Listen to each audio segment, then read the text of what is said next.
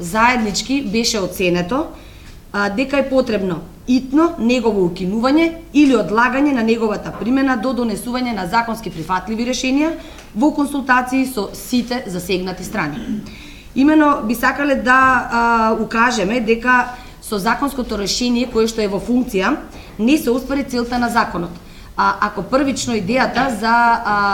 функционирање на едно вакво законско решение кое што во една друга форма беше иницирано токму од групацијата на пазари во рамки на Стопанската комора на Македонија, беше да се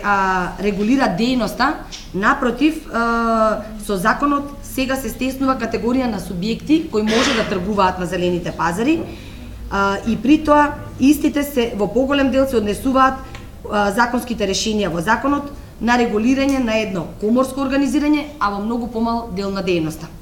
За таа цел, по серија консултации помеѓу самите организатори, но како што реков и на состанокот што беше одржан во вторникот оваа недела, беа донесени неколку заклучоци, меѓу кои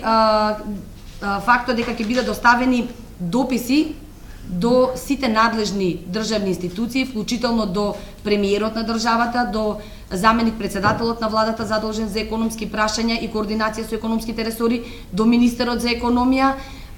но и до инспекцијските служби надлежни за контрола и координација на законските решенја кои ја третираат трговијата на зелени пазари.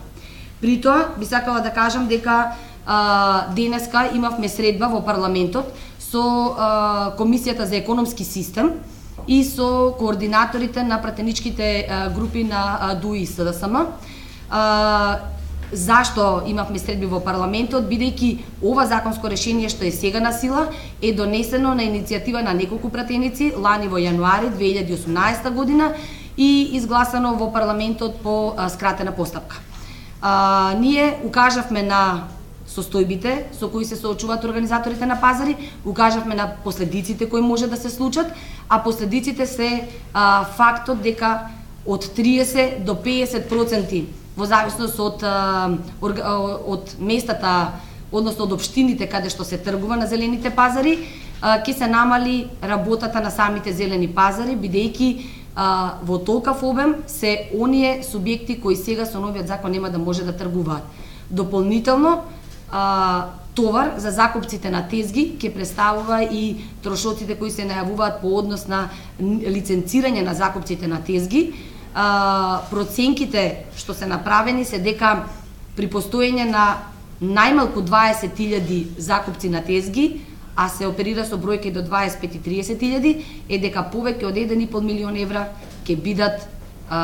потрошени од џебот на закупците на тезги за добивање лиценци кои според согледувањата на организаторите на пазари нема да го решат проблемот за кој што организаторите иницира ново законско решение изминатите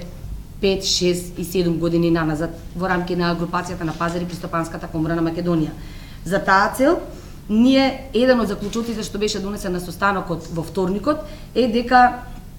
организаторите на пазари, членки на Стопанската комора на Македонија, се договорија и констатираа дека нема да склучуваат нови договори за закуп,